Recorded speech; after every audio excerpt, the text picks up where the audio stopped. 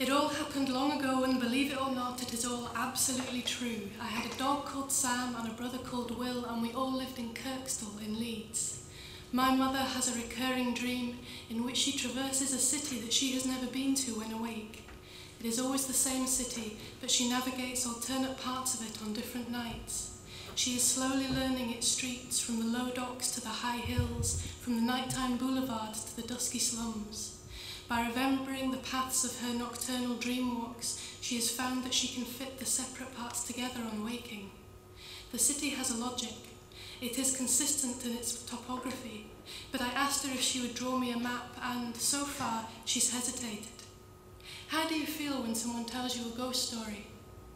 I told him that I felt it in my shoulders, and he said it made his eyes water, that even when the story wasn't very scary, he could feel his eyes go wet. I remembered being a kid and sitting with friends on the grass in my front garden, telling ghost stories at night under the streetlights, with the smell of our neighbour's lilac tree all around us. Do you remember any? Someone asks, and I say, yes, but no good ones. Did you ever hear the one about the babysitter? It's a dark and stormy night, and a young girl is babysitting for her neighbour.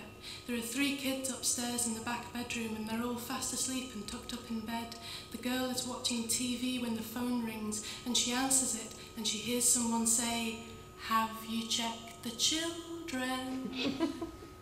And she goes and she checks that the children are fine, and she comes downstairs and the phone rings again with the same message, and this happens 3 times until she phones the police and asks them to trace the call.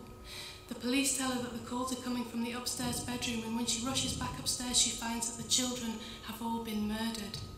When I was a kid, I half believed every ghost story I was ever told, and I told them in turn to my brother, who completely believed them. We believed that when you put the TV on at midnight and pressed 666, you could see the devil in the static.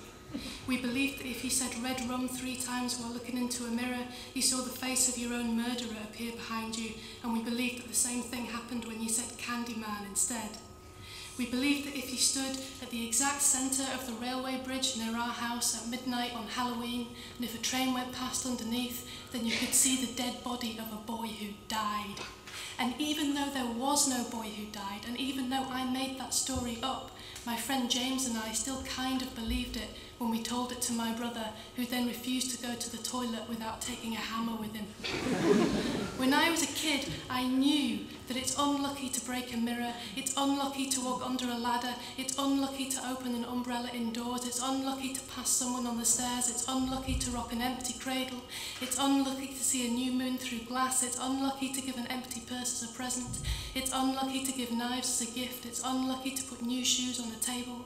Bad news comes in 3s. It's lucky to find a penny and pick it up. It's lucky to find a 4-leaf clover. It's lucky to accidentally put your clothes on inside out. It's lucky to have a money spider land on you. And there are more unlucky things than lucky ones, because good luck is hard to catch, but bad luck is everywhere.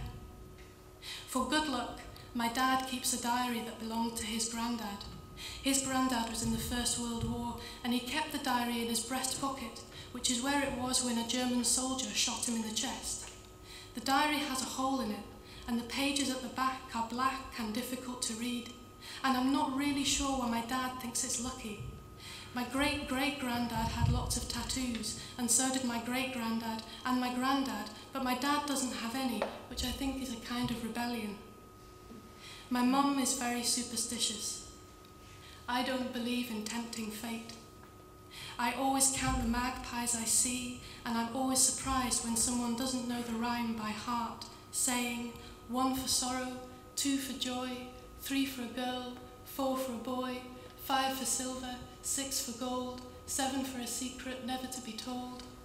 And there's another version that ends with 8 for a kiss, 9 for a wish, 10 for a mother bird in bliss, but I don't really believe that one.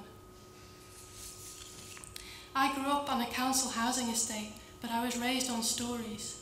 Some of those stories are connected to places, like the tower on Kinnoul Hill near Perth, where a host of dogs have fallen to untimely deaths. Like the Building Society in Armley near Leeds, where my uncle staged an armed robbery using a plastic gun and a crap disguise. Like Robin Hood's Bay, where we went on holiday and we stayed in a haunted house. like Loch Ness, where my granddad stuck with a half brick in a sock, hoping to see the monster.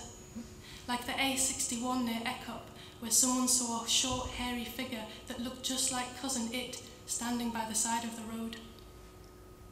My mum was born in Errol, in between Perth and Dundee, and her mum was friends with a woman who had a three-legged son, except that he didn't really have 3 legs. He had 2 legs and a tail, but the tail was very long, so he couldn't wear trousers. And when he was 15, a new doctor came to the village and said that he should go to hospital in Dundee where they could cut the tail off.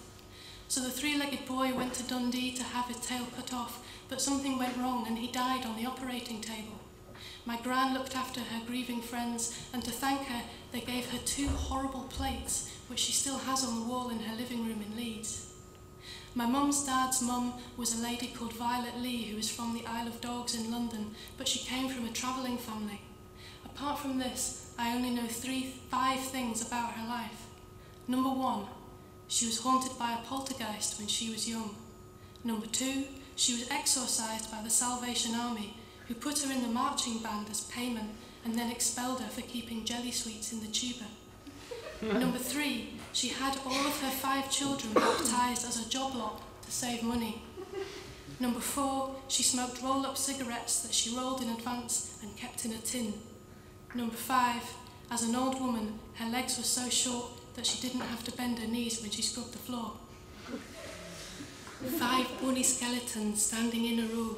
5 bony skeletons bow down low, their arm bones rattle and their leg bones shake. Be careful, Mrs. Skeleton, or you might break.